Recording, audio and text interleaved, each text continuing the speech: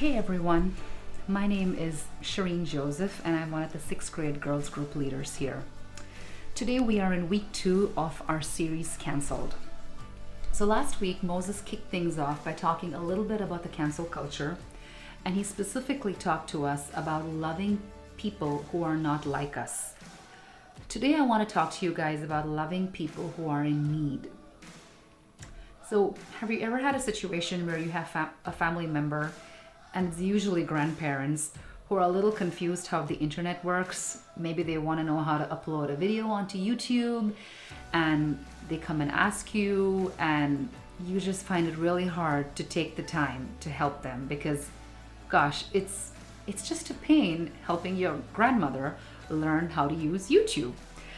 Or have you ever had a problem, like maybe you have some math homework which is super hard, or you just need help trying to get to the right website for a group project, and maybe you go ask your big brother or your big sister and they're not very nice to you and they don't really help you in the way that you want to be helped. They're kind of sarcastic and they're irritated with you and they brush you off like an inconvenience. It's not a very nice feeling, is it?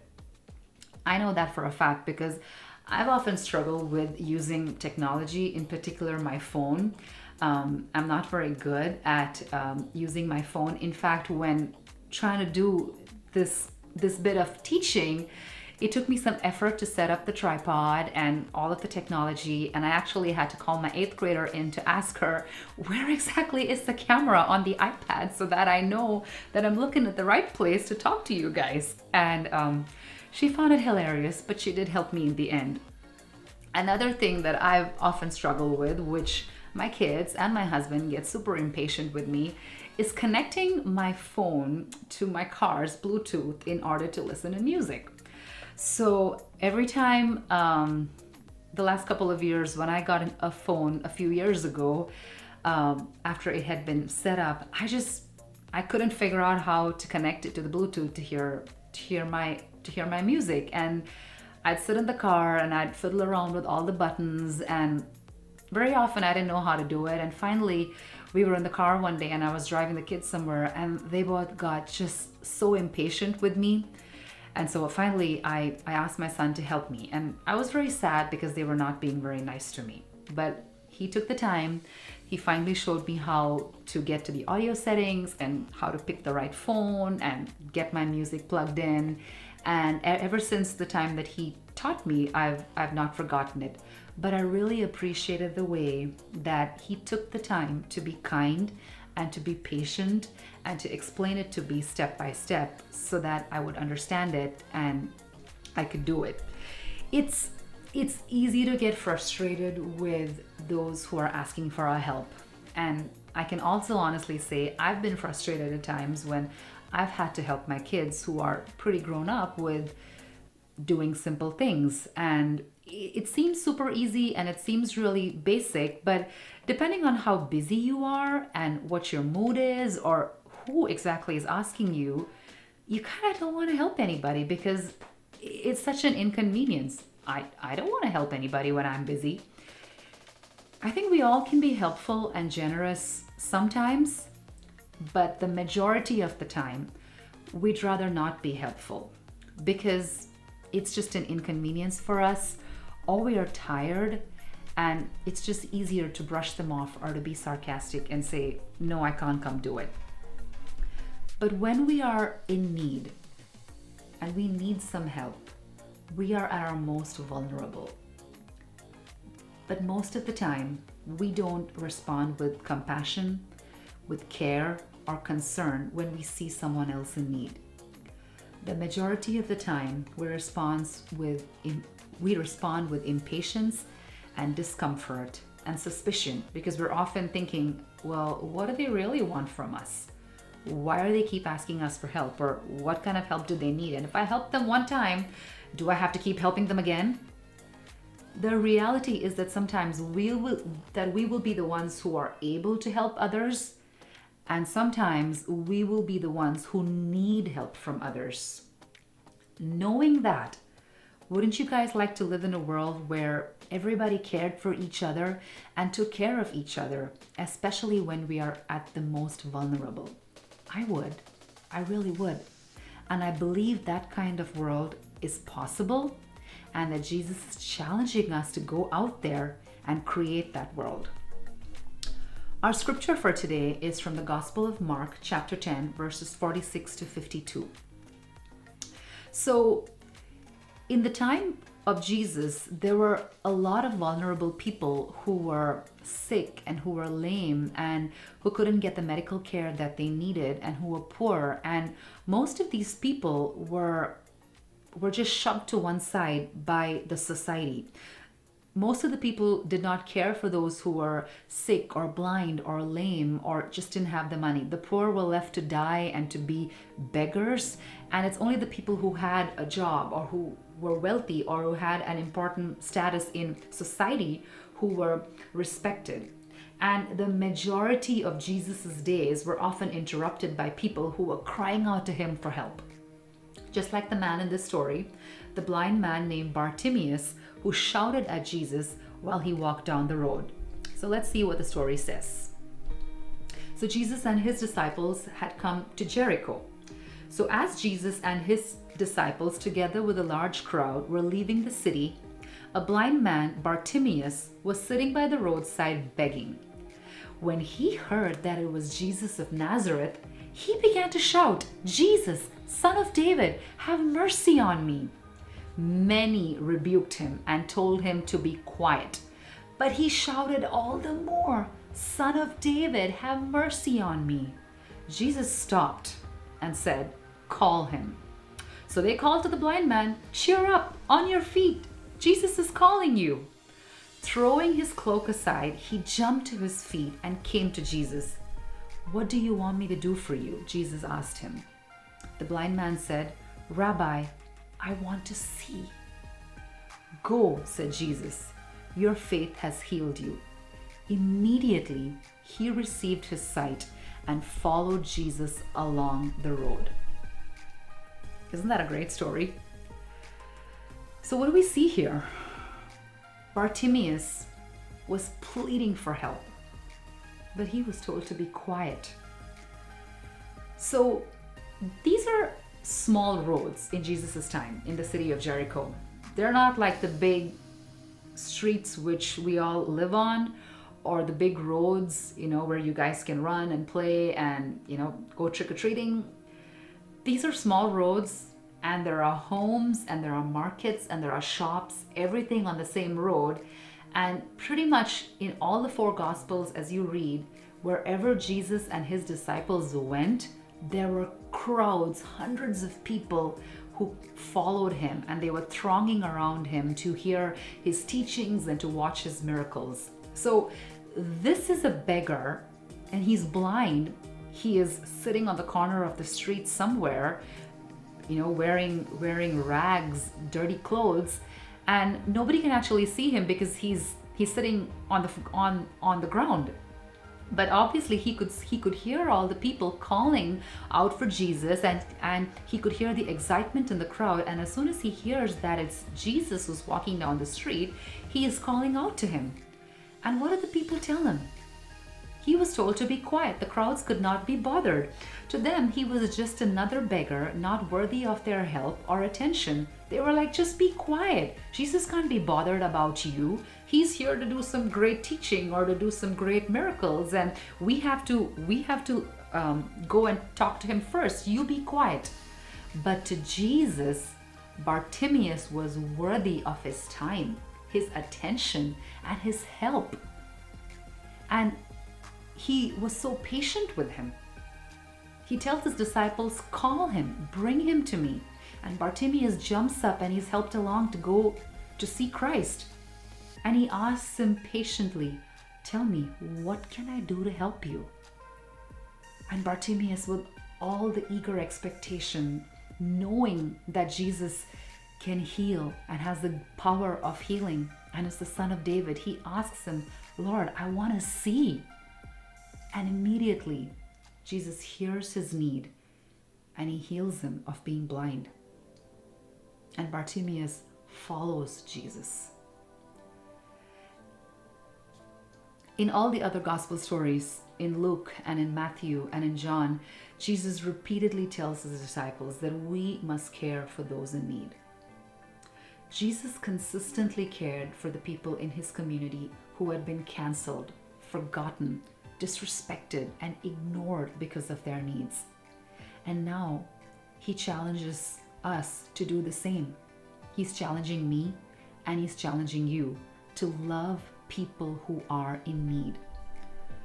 So when we study the actions and the teachings of Jesus, there are a few things which we can learn about how to meet the needs of people and how not to meet the needs of people. Because there are some ways with which Jesus shows us how we need to meet people's needs. First, he tells us it's not only about our actions, but it's about our hearts. He doesn't challenge us to only act concerned about others or to put on a show of meeting people's needs. He doesn't only care about what we do on the outside, he cares about what's happening in our hearts and in our minds. It's not just about doing a good deed for the day and then kind of going along our way to do whatever we want to. Jesus wants us to be convicted in our hearts, to be changed from the inside out. He wants our hearts to change. He just doesn't care only about the outward appearance. It's not just about helping someone in school and then going on your own way to being a selfish person. We need to be changed from the inside out. Secondly, he tells us it's not about loving others, it's about loving God.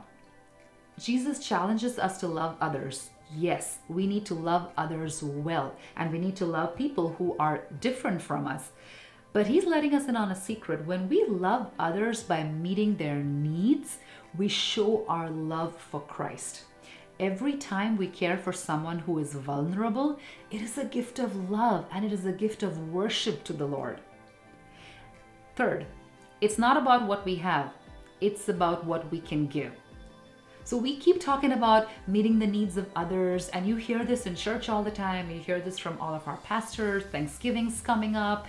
There's just so many needs which have to be met in our communities and in our schools and in our church. We often think, well, I can't really help anybody. My mom and dad don't have a lot of money. We don't have a lot to give. But Jesus wasn't talking to only wealthy people or important people who had status and privilege in the communities. He was talking to ordinary people like me, ordinary people like you. No matter what, the one thing that we all have is time. We've got time. The one thing that we all can give is our time. We can give our compassion. We can give our friendship. We can give our generosity, and if we are blessed with some wealth, we can give off that wealth also. Jesus says that we can use whatever we have, whatever he has given us, for God's purposes and for God's kingdom. When we choose to do it sacrificially, when we choose to do it passionately, when we choose to do it willingly. Thanksgiving's coming up. I'm sure you guys are going to hear about Thanksgiving bags and Thanksgiving baskets for the kids who are in need and for families who don't have enough. I would encourage you, especially at this time, it's easy to find the list and make your moms and dads go and buy it at the grocery store, but I would encourage you to maybe go with your parents, help them do the shopping, help them put those goods together in the bags, and if you're going to take it to school to drop it off, or if you're taking it to church to drop it off, do the work with your parents. You might not be paying the bill for that, but the fact that you're taking the effort to do it with them is a time. You're giving of your time and you're giving it sacrificially. It's not about what we have, it's about what we can give. And fourth, it's not about them, it's about us. Sometimes when we talk about meeting other people's needs and looking after those who are vulnerable, we often make it sound like we are the cool people who have the power, the resources, and the stuff to share and to give. And we make it sound like the people who are in need are a separate group of people who are not quite the same as we are. They're kind of not at the same level. They're just a little bit below us and we're kind of up here. When we think like that, it's easy to see someone as if they are less valuable than we are, even when we are serving them. But think of the way that Jesus spoke to blind Bartimaeus. He spoke to him patiently. He spoke to him with compassion. And above all, he spoke to him with respect. He made the crowds pay attention to the blind man. And he treated that man with dignity and respect, not like someone who was below the level of all the rich and the cool people in the town. He didn't speak for Bartimaeus, he spoke to Bartimaeus, and he spoke directly to him, and he asked him what he needed. Jesus did not just give people charity. We often think of it as we're just giving them what they need. He gave people respect. We can do that when we remember that it's not about us and the people who need us. We're all the same. There's only us. We are all equally loved, seen, and known and valued by God. A number of years ago, when we had moved into our first house in Flower Mound, it was a couple of weeks before Halloween and a month before Thanksgiving, and I was at a park with a bunch of my friends, and I had expressed to my friends as to how all the beautiful decorations that I saw on people's porch with the pumpkins and the jack-o'-lanterns and the mums, it all looked so festive in time for the season. And I just didn't have time to get everything done. We had just moved, and I still had boxes to unpack and two very small children to care for. And I forgot all about it, and we left the park and we went on our way. A couple of days later, I was driving home from the store, and I stopped at the mailbox to grab the mail. And when I saw my front porch, I just gasped. There were beautiful yellow mums sitting in jack-o'-lantern flower pots. There were orange pumpkins and white pumpkins and mini pumpkins, and it all just looked so festive and colorful and beautiful. And immediately I knew who had done that for me. It was a very good friend of mine, and I was just blown away by her love and her compassion for me. She didn't have to do it. She didn't need to do it. But she just heard what was a desire and a wish in my heart, and she met that need without any thought. She took the time out of her busy day caring for her kids, and she went up to the store and she bought all of these beautiful flowers and pumpkins, and she came and decorated my front porch. And to this day, I will never forget what her gift meant to me. The pumpkins are long since gone. The flowers die in a couple of months. But the gift of her generosity and the gift of her time and the gift of her compassion and her love for me, I will never forget. In Jesus' time, people in need were often canceled by society instead of helped. They were ignored, they were judged, and they were left to fend for themselves. And we still have that problem today. If someone doesn't think like us, or feel like us, or look like us, or behave like us, we cancel them in our brains. We forget about them.